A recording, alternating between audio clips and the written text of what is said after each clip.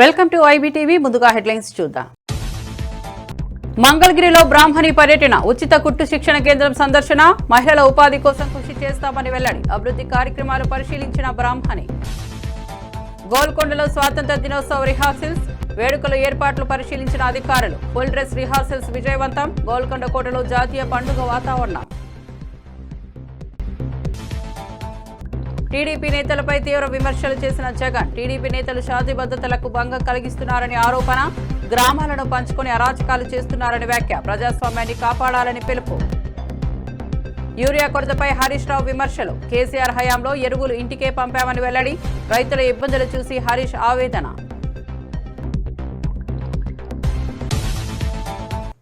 ఇక వార్త వివరాల్లోకి వెళ్తే, టీడీపీ మంత్రులు, ఎమ్మెల్యేలపై జగన్ తీవ్ర విమర్శలు చేశారు. ఎన్నికలు జరుగుతున్న ప్రాంతాల్లో అరాచకాలు సృష్టించేందుకు గ్రామాలను పంచుకున్నారని ఆరోపించారు. పోలింగ్ బూత్లకు వైఎస్ఆర్సీపీ ఏజెంట్లు వెళ్లగానే దాడులు జరిగాయని మండిపడ్డారు. ప్రజాస్వామ్యాన్ని కాపాడాల్సిన బదులు ప్రతిపక్షం హింసాత్మక చర్యలకు పాల్పడుతోందని వ్యాఖ్యానించారు. ప్రజల ఓటు హక్కును అడ్డుకునే ప్రయత్నాలు జరుగుతున్నాయన్నారు. టీడీపీ నేతలు శాంతి భద్రతలను భంగం కలిగిస్తున్నారని విమర్శించారు.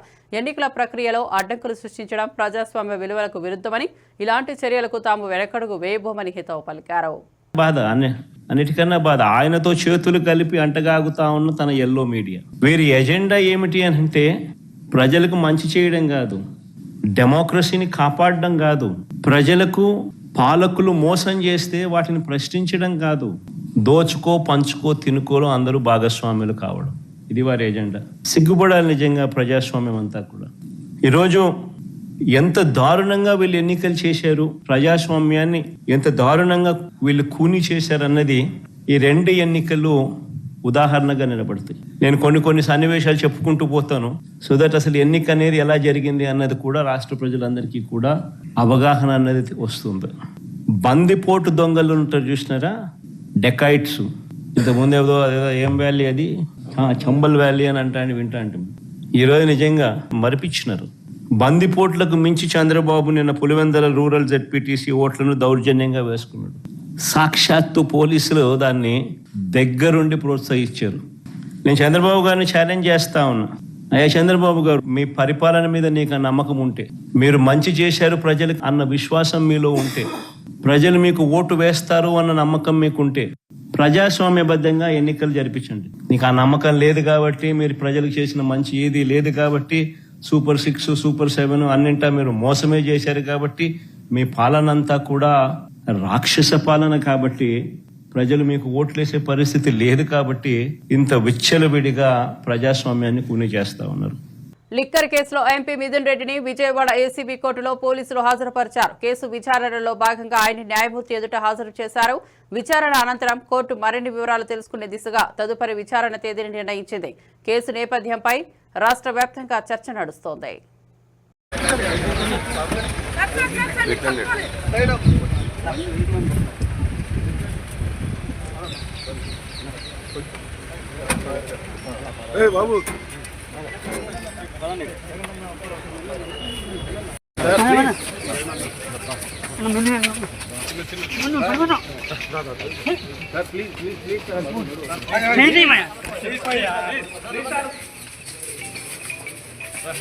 మధు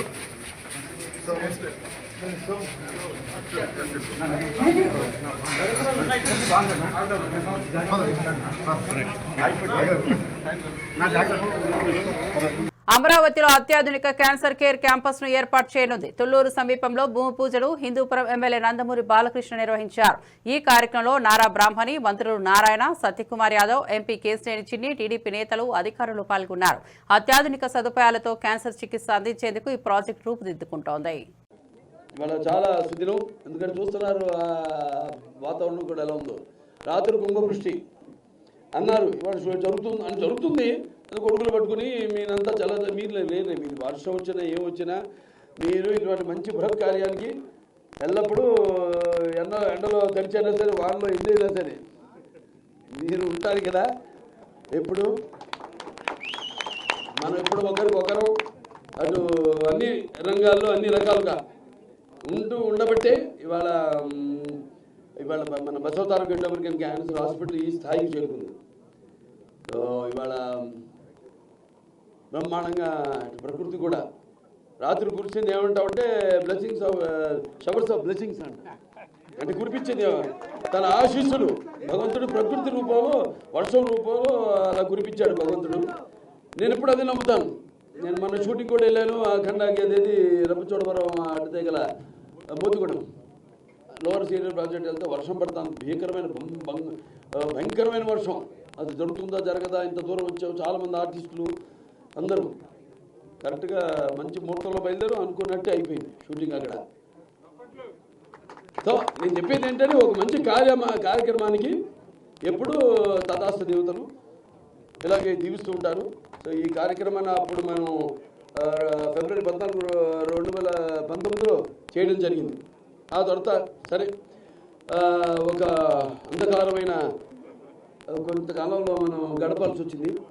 ఇక్కడ బేసిక్ అంటే మౌలిక సదుపాయాలు, కనీస మౌలిక సదుపాయాలు కూడా ఏమీ పట్టించుకోకుండా ప్రభుత్వం, ఆ తర్వాత ప్రభుత్వం నిర్లక్ష్యం చేయడం రాష్ట్రాన్ని. అలాగే ఇంత మంచి ఒక బ్రహ్మాండమైన హాస్పిటల్ ముందుకు వస్తే అసలు ఆరోగ్యం దేని గురించి కూడా ప్రజల గురించి పట్టించుకోకపోవడం వల్ల ఇలా ఆసుపత్రిని తాత్కాలికంగా ఆపాల్సి వచ్చింది. తర్వాత తిరిగి తెలుగుదేశం ప్రభుత్వం వచ్చింది. అలాగే మన ప్రియతమ ముఖ్యమంత్రి వర్యులు నారా చంద్రబాబు నాయుడు గారి దృష్టంతా కూడా మన ఆరోగ్యం, పేదల సంక్షేమం ఏదైతే నాన్నగారు అన్నారో ప్రజల దేవుడు సమాజం. సిద్దిపేట రూరల్ మండలం రాఘవపూర్ వద్ద ఎరువుల కోసం క్యూలో నిలబడ్డ రైతులను చూసి మాజీ మంత్రి హరీష్ రావు ఆగారు. కేంద్ర రాష్ట్ర ప్రభుత్వాల వైఫల్యంతో 10 ఏళ్లలో లేని యూరియా కొరత వచ్చిందని విమర్శించారు. కేసీఆర్ హయాంలో ఎరువులు ఇంటికే పంపించామని గుర్తు చేశారు. అధికారులు పట్టించుకోక రైతులు ఉదయం నుంచి ఇబ్బందులు పడుతున్నారని ఆవేదన వ్యక్తం చేశారు.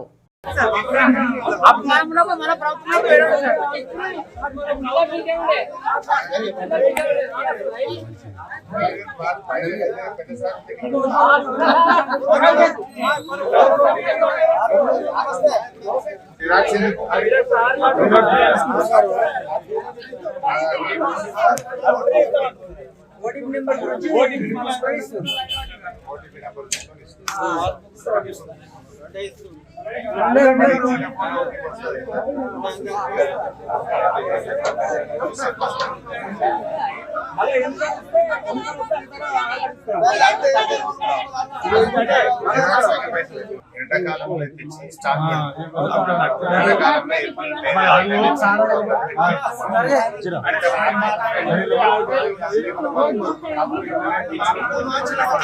స్టాక్ లేక అది ఆడికి వచ్చే వరకు అందుతలేదు. ముందు ఉన్న పద్ధతే, కొత్త పద్ధతే కాదు. ఎక్కడ చేసినట్టు తెచ్చి పెట్టుకోవచ్చు. మనకి సార్ ఏం చేసినట్టు ఎండాకాలం తెచ్చిపెట్టింది. మా గల్లీ చెప్పి ఎవరు జల్లా వాళ్ళు చూసుకొని ఎండాకాలం వెళ్ళామంటే లింక్ పెట్టుకోవాలని ముందే నింపెళ్ళు కనుక అసలు లేకుండా ఏ శాతం కాక ఒక్కసారి ఓటీపీ పెట్టు సతాయించారు. ఇట్లా ఇక తిరగలేక నానో కొట్టుకుపోతారు అని ఆ నానోది ఏంటి స్ప్రే చేయాలి. అది 280 రూపాయలు, డబ్బా 230 ఉన్నది. ఆ స్ప్రే చేయాలంటే 500 రూపాయలు అవుతుంది. మరి ఇదేమో 280 వచ్చాయి. నానో చేయాలంటే 780 అవుతుంది. 500-600 ఎక్కువ అవుతుంది. ఆ మిషన్, స్ప్రే మిషన్ వాడు గంటకు ఎకరానికి 500 తీసుకుంటాడు. 500 దానికి డబ్బాకు 220 అంటే 720 అవుతుంది. ఈ సంఖ్య 220 అంటే ఇంత మేము టిప్పలు పెడితే సతాయిస్తే నానో కొనుక్కొని పోతారు. లెక్క వాడే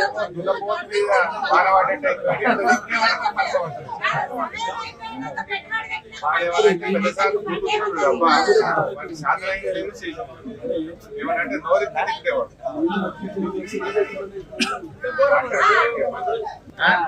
ఎన్ని ఇస్తావు? 2, 3, 1?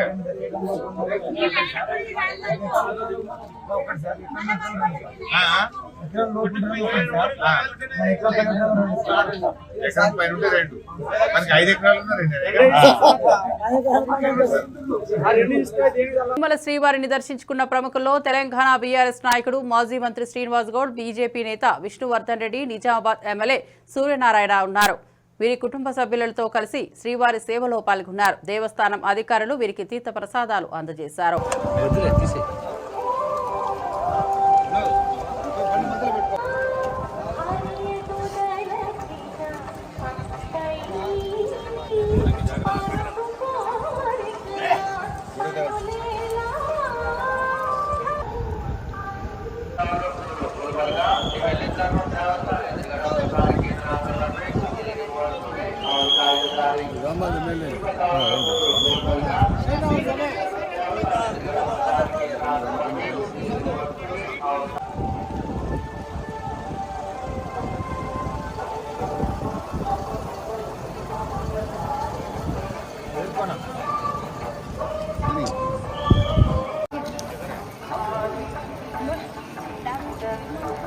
కెమెరా ఫోటో పంపిస్తే బాగుంటుందేమో.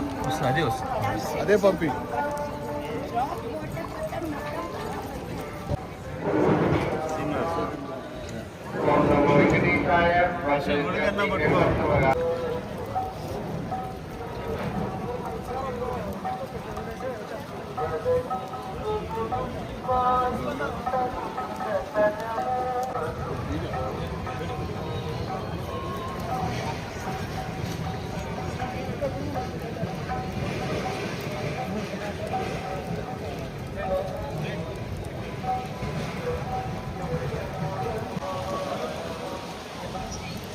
ఖజానా జ్యువెలర్స్ దొంగతనంపై ఎమ్మెల్యే రాజాసింగ్ తీవ్ర ఆగ్రహం వ్యక్తం చేశారు. యూపీ సీఎం యోగి తరహాలో ఎన్కౌంటర్లు చేస్తేనే నేరస్తులు భయపడతారని వ్యాఖ్యానించారు. తెలంగాణలో క్రైమ్ను అరికట్టాలంటే తప్పిదాలకు వెంటనే చర్యలు తీసుకోవాలని సూచించారు. దొంగతనం చేసినారు, వాళ్ళు సంగారెడ్డి వైపు వెళ్ళినారు, అటువైపు వెళ్ళినారని ఇట్లాంటి వార్తలు కూడా మీడియాలో నడిచింది. కానీ ఇవాళని నేను మీడియాకి వాచ్ చేస్తే కొన్ని వార్తలు నడుస్తున్నాయి, ఆ 6 మందిని అరెస్ట్ చేసుకున్నారు అని. నేను మా ముఖ్యమంత్రి రేవంత్ రెడ్డి గారికి రిక్వెస్ట్ చేయాలనుకుంటున్నాను. ఉత్తరప్రదేశ్లో ఎవరైనా దొంగతనం చేయనికి, దోపిడీ చేయనికి, మర్డర్ చేయనికి ఇవ్వాలా భయపడుతున్నారు. చాలా మంది దొంగలు జైలు లోపట వెళ్ళిన తర్వాత మా బెయిల్ కూడా వద్దు, మేము బయటికి కూడా రాము, మేము జైలు లోపటనే ఉంటాము. ఎందుకంటే ఏ దొంగతనం చేసేవాళ్ళు, ఏ మర్డర్ చేసేవాళ్ళు, ఎవరైనా మాఫియా బయటికి వస్తే ఎన్కౌంటర్ అవుతుంది. అంటే యోగి ఆదిత్యనాథ్ గారు ఆ విధంగా ఒక మంచి వాతావరణం ఉత్తరప్రదేశ్లో తయారు చేసి పెట్టుకున్నారు. రేవంత్ రెడ్డి గారు, మీరు కూడా మన తెలంగాణ ప్రజలని కాపాడడానికి కొన్ని ఎన్కౌంటర్ మీరు కూడా చేపియాలి. ఇప్పుడు నిన్న ఆ ఖజానా జ్యువెలర్ షాప్లో దొంగతనం చేయనికి వచ్చిన తర్వాత వాళ్ళు కాల్పులు కూడా జరిపినారు. కొంతమందికి బుల్లెట్ కూడా తాగింది. ఆ షాప్లో పనిచేసే వాళ్ళకి, మేనేజర్కి. ఒకవేళ చనిపోతే, ఇంకా జనాలపైన వాళ్ళు ఫైర్ చేస్తే ఏమయ్యేది? కొద్దిగా ఆలోచన చేయాలి. అందుకోసం తెలంగాణలో కూడా ఒక భయం అట్లాంటి వాతావరణం క్రియేట్ కావాలి. ఎవరైనా వేరే రాష్ట్రంలో ఉన్న దొంగలు తెలంగాణకి దొంగతనం చేయనికి రావాలంటే ఒక భయం పుట్టాలి. తెలంగాణలో దొంగతనం చేయనికి మనం పోతే అక్కడ ఎన్కౌంటర్ చేస్తారు పోలీసులు.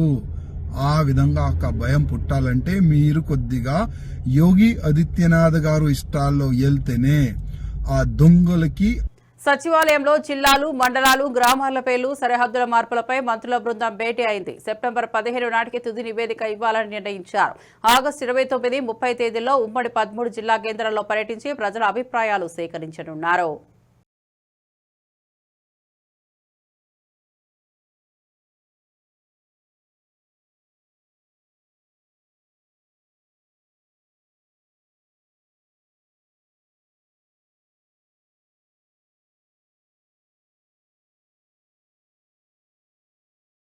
ప్రజాస్వామ్యం అంటే జనం నవ్వుకుంటున్న స్థితి వచ్చిందని మంత్రి సవిత విమర్శించారు. నైతిక విలువలు కోల్పోయారని వ్యాఖ్యానించారు. ప్రజల నమ్మకాన్ని నిలబెట్టే చర్యలు తీసుకోవాలని పిలుపునిచ్చారు.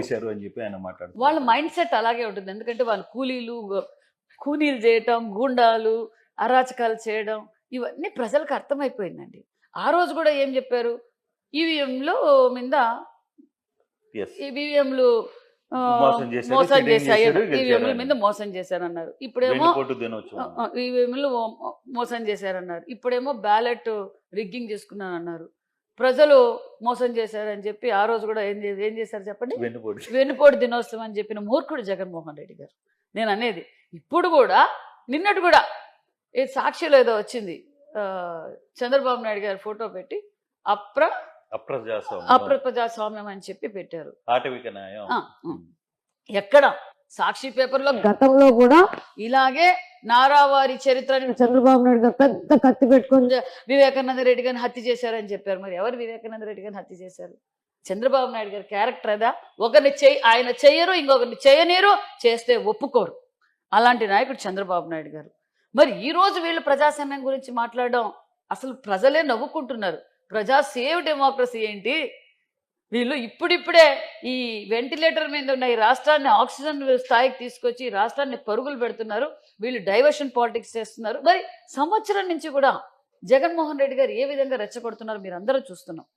ఒక ముఖ్యమంత్రిగా పనిచేసిన వ్యక్తి, ఒక పులివెందల ఎమ్మెల్యేగా ఎంతో బాధ్యతగా వ్యవహరించాల్సిన వ్యక్తి నరికితే తప్పే ఉంది అంటారు. ఆయన కారు కింద ఒక దళిత కార్యకర్త చనిపోతే ఈడ్చి మానవత్వం లేదు. వీళ్ళు ప్రజాస్వామ్యము, న్యాయము, చట్టము, మంచితనము, నిన్నటి నుంచి అవినాష్ రెడ్డి గారిని, జగన్మోహన్ రెడ్డి గారి వైసీపీ పార్టీ వాళ్ళని చూడడానికి, ఆ మాటలు వినడానికి వాళ్ళ నోట్లో నుంచి రానివన్నీ వస్తున్నాయి.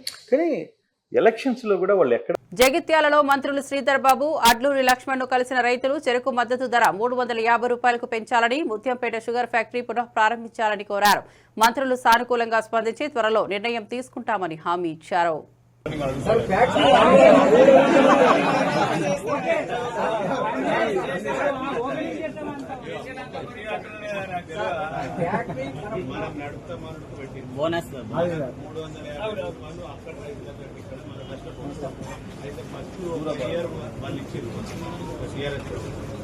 మన రైతు ఇప్పుడు ఏమంటున్నారంటే మన ఆ 350 ఏదైతే ఎక్కువ కట్ అవుతుంది మనకు ఆ రైతుల కంటే 350 మనకు ఎక్కువ, అది గవర్నమెంట్ ఇంకా ఫ్యాక్టరీ అదే మెయిన్ అదే సార్ మాకు. కాకపోతే అది స్టార్ట్ అయ్యేదాకా మాకు కొంచెం 15,000 లెక్క 1500 ఇప్పుడు ఫ్యాక్టరీ స్టార్ట్ చేసి 800 10,000 ఎకరాలు అయితే కావాలంటే సార్ మాకు కొంచెం మాకు కూడా లాభదాయకంగా ఉండాలి కదా సార్. బోధన్ రైతు చెప్తున్నారు,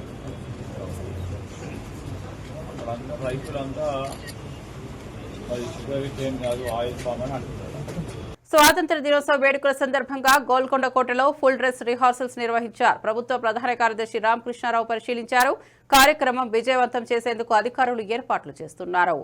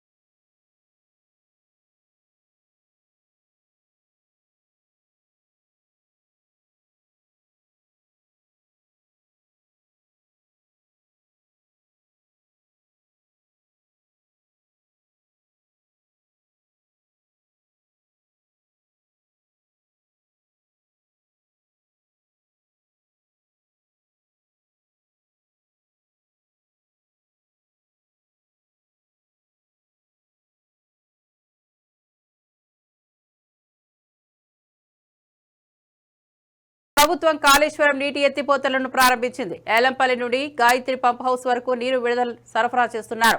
అక్కడి నుంచి మిడ్ మానేరు ప్రాజెక్టుకు నీరు తరలిస్తున్నారు. ఈ ప్రాజెక్టు ద్వారా సాగు, త్రాగునీటి అవసరాలు తీర్చనున్నారు.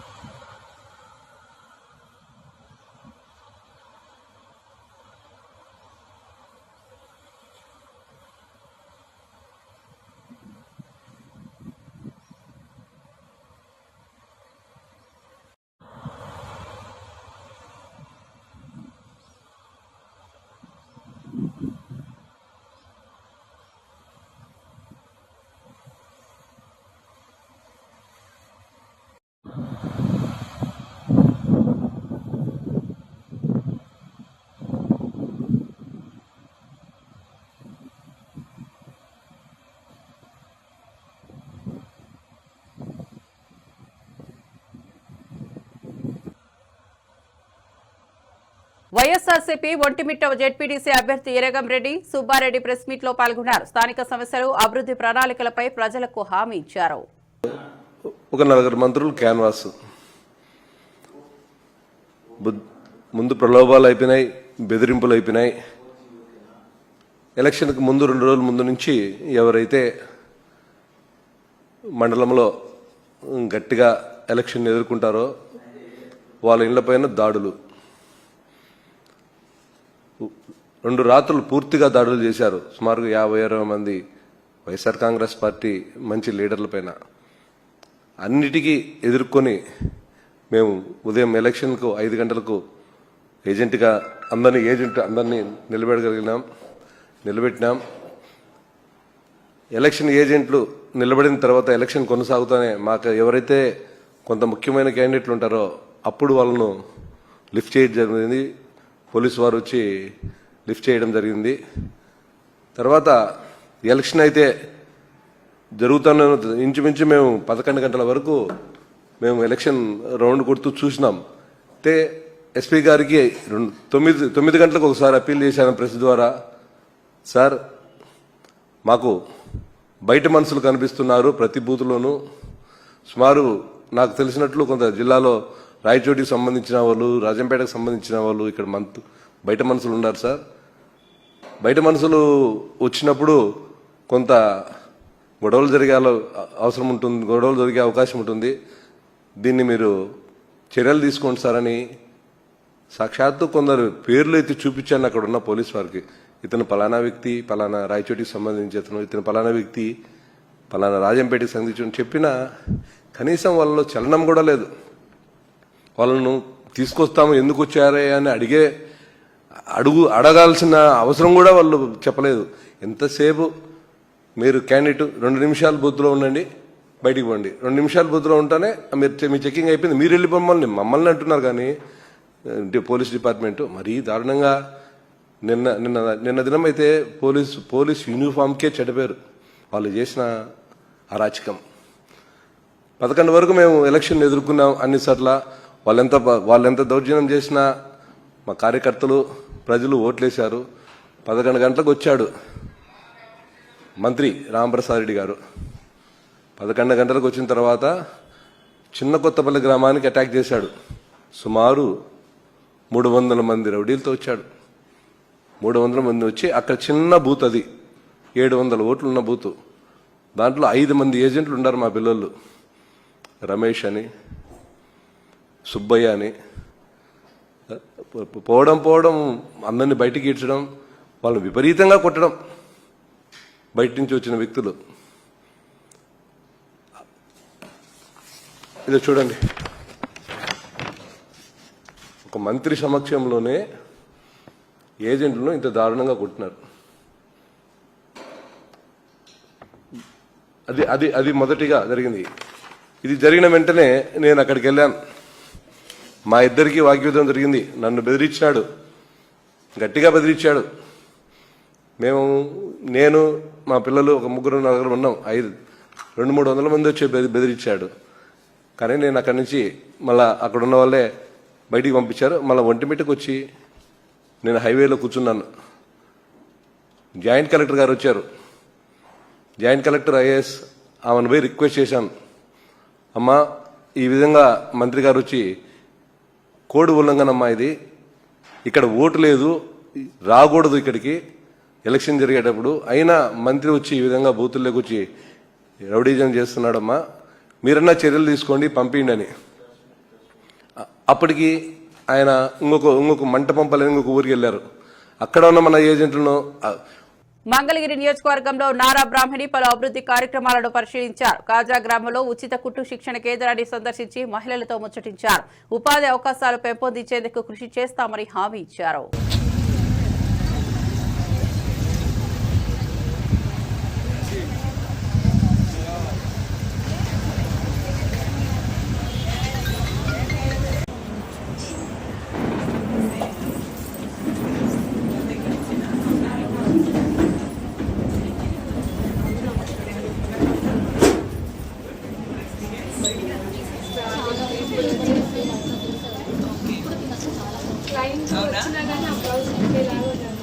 అందరినీ మించేసి మీరు చేస్తున్నారు. ఇప్పుడు కంగ్రాచులేషన్స్ అండి. అందరూ కన్సిడరేషన్ గా తీసుకోవాలి. ఏం తెలియకపోయినా కూడా చాలా యూనో ప్రాక్టీస్ చేసి ఎలా చేసుకున్నారు, ఎలా ఇంప్రూవ్ చేసుకున్నారు. All the best. ఇదంతా చాలా చాలా బాగా వాడుతుంది.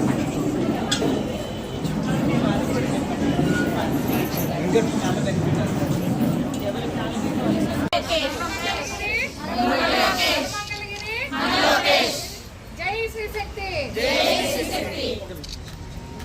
Thank you.